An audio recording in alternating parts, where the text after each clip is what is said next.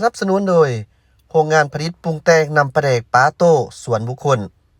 ปลาแดกดีปลาแดกแซ่บปลาแดกกานัวการท่านผู้ชมตอนนี้เฮากะอยู่ที่ถนนเส้นทางที่จะเข้ามาหาสถานีรถไฟนครหลวงเวียงจันทน์ก็เห็นได้แหละท่านผู้ชมเห็นตัวจริงนี่ก็ถือว่าอยู่นอก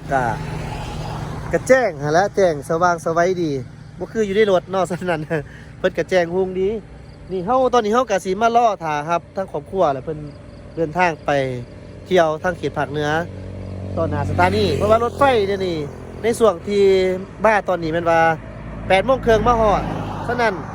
แอดมินก็สิเอาภาพบรรยากาศจุดเขตนี้ท่านผู้ชมในเบื้องก่อนเฮาจะเข้าไปทางในมาเบิ่งว่าการเข้าไปทางในช่วงค่ำคืนตัวนี้เขาเจ้าจะมีการแจกปี้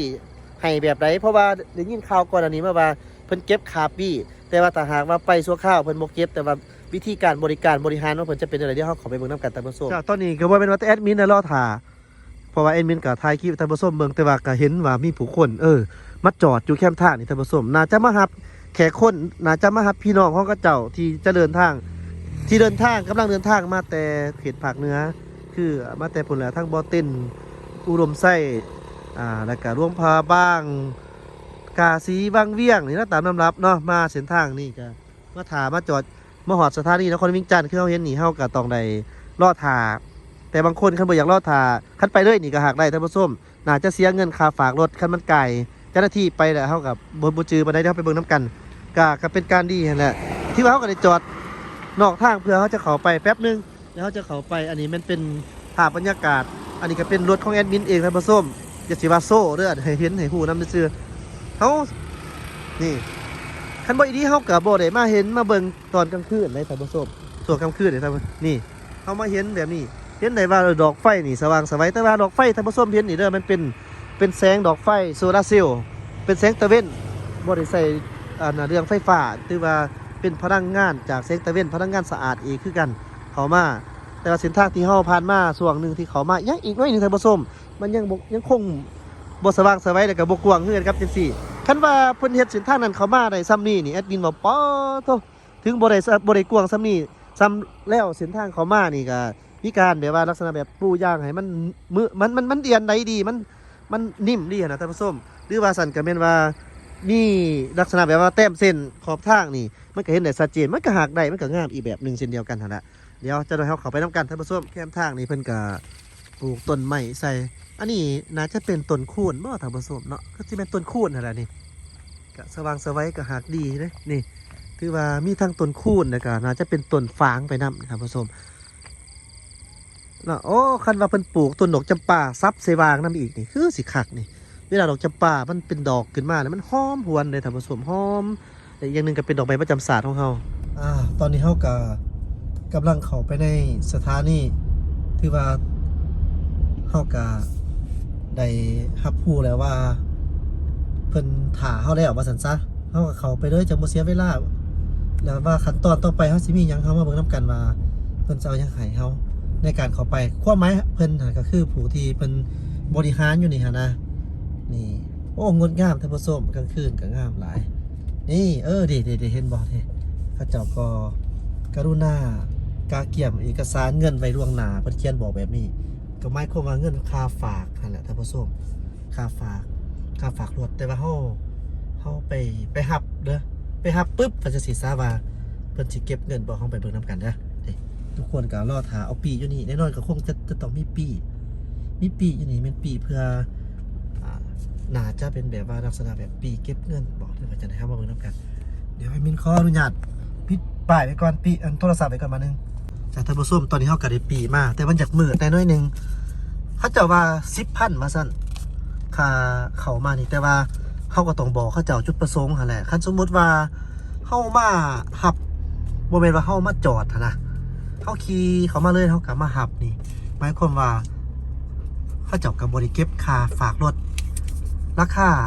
คันว่ามาจอดกับบ่ดนปานใดนี่ก็สิประมาณ10,000 กีบเพราะว่าเพิ่นบอกว่า 10,000 เด้คันว่าเฮามา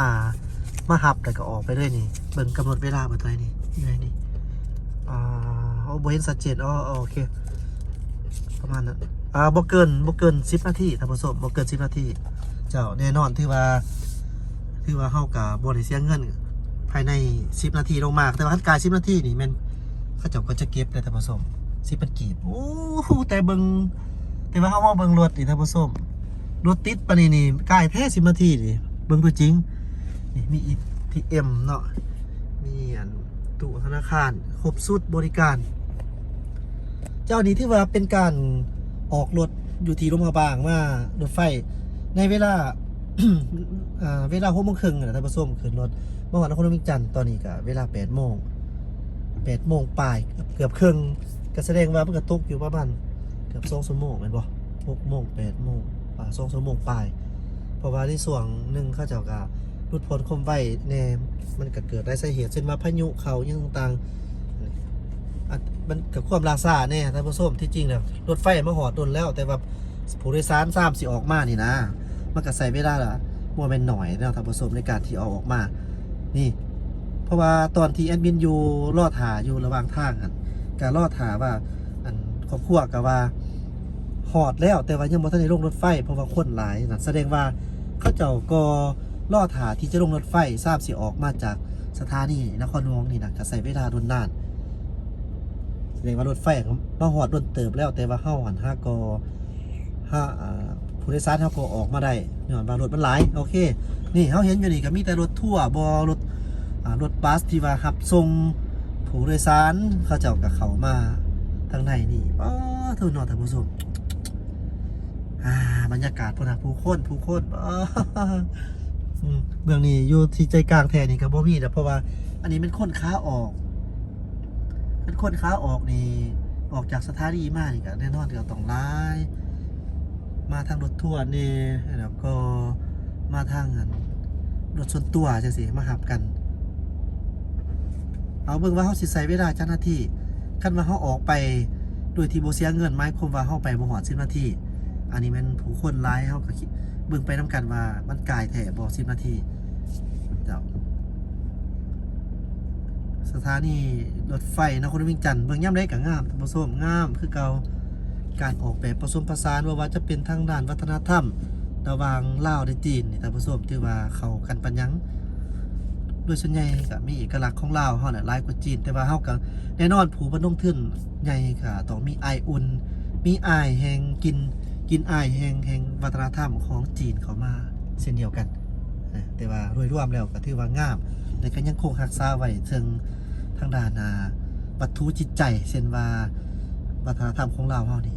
ที่อยู่นี่มันเป็นไม้จันทร์เด้อท่านผู้ชมไม้จันทร์ที่ว่าเป็นเสาค้ำอยู่นี่เพิ่นเฮ็ดมาจากเพิ่นความหมายแม่นว่าออกมาจากไม้จันทร์หอมคือค้ำนี่นะสไตล์แบบไม้จันทร์อันนี้เนาะถือว่าผู้คนมารอทาไปใช่เดี๋ยวเนาะคนเฮานี่มาเนี่ยก็มีหลายเด้อท่านผู้ชมนี่รถตุกจัมโบ้รถแท็กซี่ที่ว่ามีครบอยู่นี่เป็นไผที่จะมาใส่บริการบ่มีรถรับส่งจังซี่ก็มาใส่บริการของเขาเจ้าหั่นแหละมีทั้งเจ้าหน้าที่ตำรวจยังพร้อมให้บริการเด้อถือว่าครบอยู่ในนี้เจ้าที่ตำรวจก็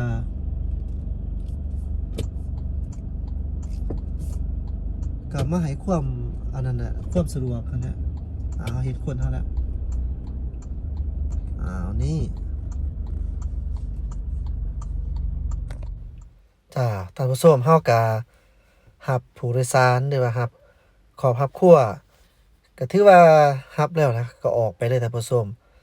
ก็บ่ต้องมาจอดอยู่นี่เพราะว่าระยะเวลาที่เพิ่นให้ว่าซั่นซะทางบริษัทให้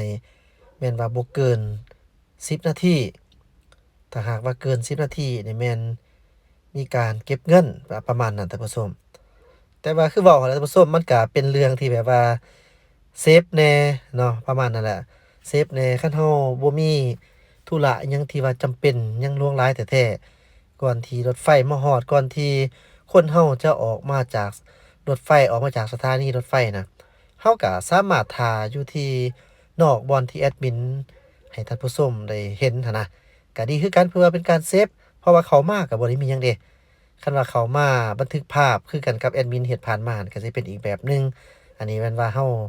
เข้ามาแล้วเฮาหั่นบ่ได้เฮ็ดหยังก็มีแต่ว่ารอท่ามารับฉะนั้นเฮาก็มีแต่รอท่าแบบนี้ก็บ่ได้ใช้เงินว่าซั่นซะเอาง่ายๆซะก็แล้วแต่ความสะดวกของไผของมันนั่นแหละส่วนว่าบัดขากลับจังซี่ท่านผู้ชมคือบ่เห็นเก็บปีแต่ว่าตอนกลางเว้นนี่แน่นอนนี่เป็นปีนี่ถือว่าเฮาบ่เห็นเวลาตอนนี้มันมืดบ่เห็นเพิ่นเก็บปีเด้อแต่ว่าเฮาเป็นปีฟรีหันนะเฮาเข้าได้แต่ว่าบ่เกิน10นาทีแต่เฮาออกมาไวแสดงว่าเฮาก็บ่ได้เสียเงินจักกีบเจ้าสำหรับอันอยู่ที่ทางในเจ้านี่คือปีเจ้าปีสำหรับทำอันนั้นน่ะห้องน้ำอยู่นอกท่านผู้ชมก็มีเบิดทั้งสองข้างเด้อ บ่จะเป็นทั้งข้างซ้ายข้างขวาเองนี่ก็มีหมดห้องน้ำนี่อยู่นอกอยู่เขตนอกก็บ่ได้ติดกันกับอันสถานีรถไฟเดะก็เป็นจุดดีอีกแบบหนึ่งเพราะว่าคันติดสถานีรถไฟมันรูปแบบมันก็สิบ่งามมันน่ะบ่โดดเด่นเพราะว่าเพิ่นออกแบบสถานีมาแล้วนี่ออกมางามแล้วออกแบบมางามแล้วต่างแต่ว่าห้องน้ำของสาธารณะห้องน้ำอยู่นอกบ่แม่นห้องน้ำสาธารณะบ่ผิดห้องน้ำอยู่นอกนี่แม่นว่าเพิ่นมาเฮ็ดอยู่ไกลเติบแต่เห็นได้ถึงความสะอาดจงงามอยู่ ถือว่าเป็นสิ่งที่ดีหั้นแหละแต่ว่าก็แน่นอนเพื่อเป็นการบำรุงรักษาเฮาก็ได้เสียค่าบริการห้องน้ำหั้นน่ะ 3,000 กีบต่อครั้ง 3,000 กีบต่อครั้งเด้อแต่ว่าห้องน้ำฟรีแท้ๆนี่ถ้าหากว่าเฮาเข้าไปในรถไฟ